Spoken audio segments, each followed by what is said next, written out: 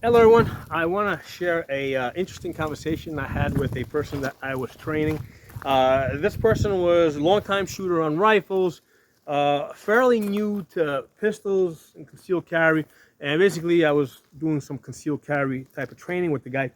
And basically, told the guy, okay, load up your mags, and he had a whole bunch of ammunition, and I see him looking at the different ammunition, and he seemed like a little perplexed, and I asked him, what's going on in his mind, and he explained to me that he was trying to figure out, because he said he had two types of ammunition. He had 115 grains and 124 grains, and he was trying to figure out which one he should use because the 115 grains apparently were cheaper, but the 124 grains he thought were going to be more accurate. I'm like, yeah, it took me a second to kind of figure out what this guy is. I asked him a couple more questions, and that's exactly what the person was concerned with. That he was concerned with the 10 to 30 yards that we were going to be shooting at, right?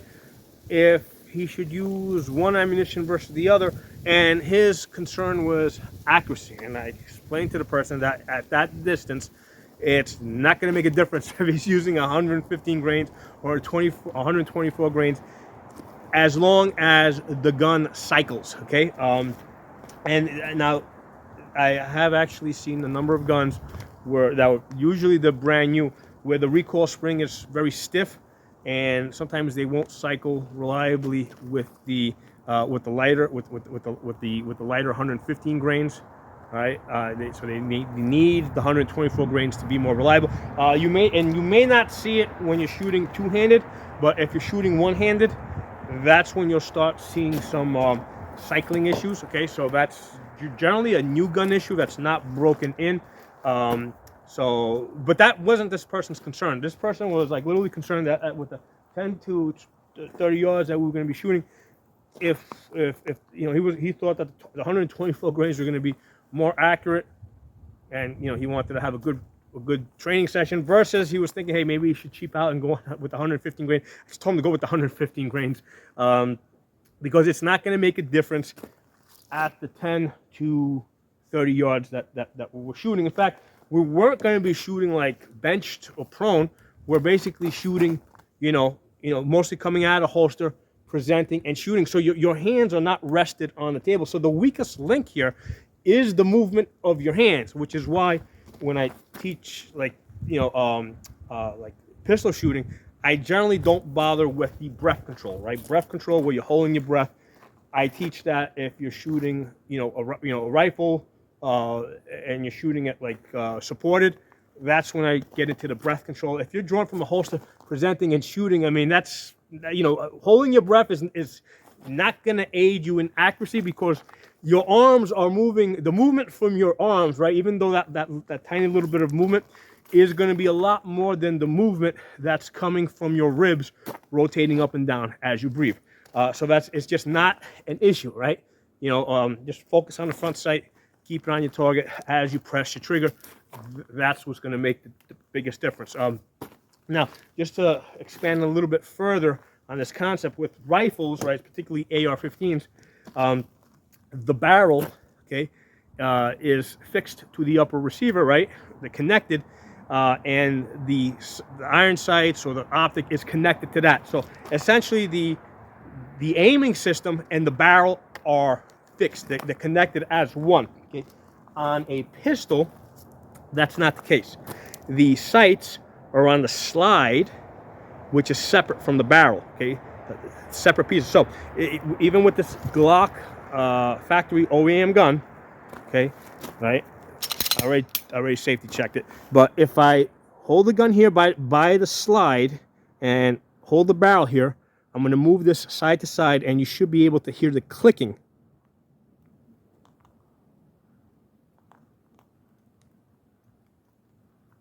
Okay, there's a tiny bit of clicking. There's a tiny little bit of motion as I move the barrel side to side. Now, the only thing that's somewhat holding it in place is the recoil spring.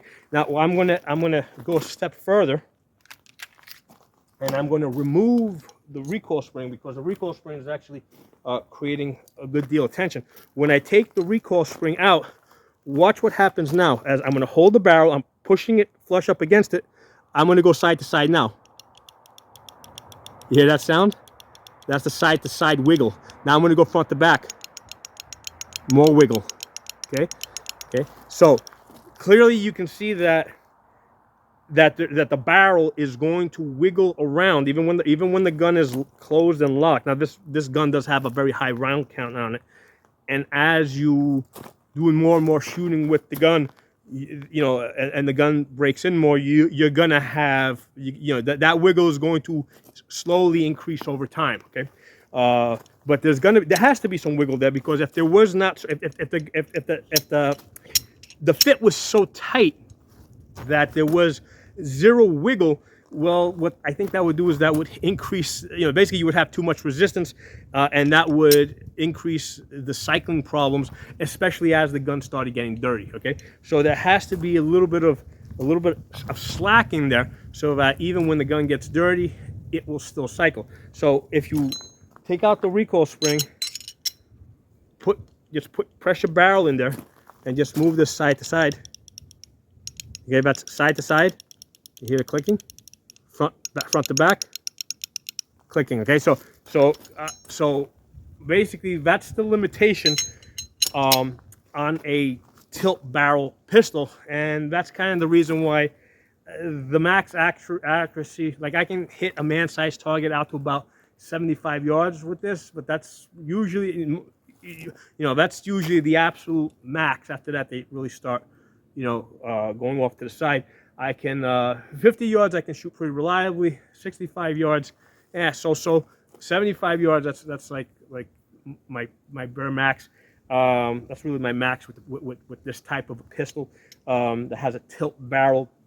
Now if you have something like a Ruger Mark IV, right? It's a 22, but that's a fixed barrel, right? 22 pistols are usually fixed barrels, so that the sights are directly on the barrel, which does not move. Okay, that's why a 22 pistol, yeah, I can take that out to 100 yards and get reliable hits on a man-sized target. Okay, and especially if I'm benching it, it's almost as accurate as a short barrel rifle at that distance.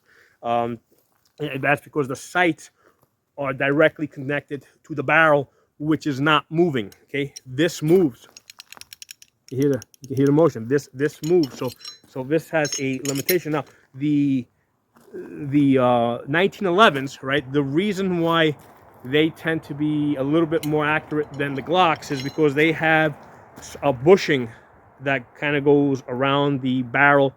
There's a bushing that basically goes between the barrel and the slide. Okay, so that bushing offers a little bit more of a tighter fit, and which is also the reason why, like 1911s, you can't just drop in any barrel into the slide. You have to kind of fit it, right? Sometimes you get lucky, but most of the time you have to fit it to make it fit because of that tighter fit. And again, that's also the reason why a lot of people complain. When people are saying that 1911s are not as reliable, let's say, as Glocks, a lot of times it might, I'm not saying it's the only reason, but this is one of the reasons. The fittings are tighter. Okay, so again, when people say 1911s are more accurate than Glocks, yeah, they should be, because of that bushing, because of that tighter fitting. So there's always a trade-off, right? If you want a pistol that's going to be more accurate, right, you need a barrel that moves less when it's locked. Okay, but as the barrel moves less and it's a tighter fitting, that also increases the chance that you're going to have jams, if not immediately, then as the gun starts to get a little bit dirtier. So wanted to share that with you guys, and I just thought it was a very interesting conversation. Again, this was a rifle person, right? A person that had been doing a lot of shooting with rifles, and the reason for that is because person originally from New York City, it was a lot easier for him to get rifles over there, and be able to purchase rifles. I think most of his rifles were like FUD rifles, basically. So he had a good deal of experience with rifles, but no experience, or very little experience, with pistols. So he kind of took the experience that he had with the rifles, as far as like the bullet rates making the difference, and he was trying to bring that over to the pistol side. I mean, it's just not the case. I mean, at the 10 to 30 yards that we normally shoot pistols at, I mean, You know, you could shoot steel case. You know, you could shoot the cheapest crap you can get. As long as the cycle's in the gun, it'll work for the class, right? It's just a question of will it work in your gun. So anyway, thanks for watching. I'll talk to you all soon.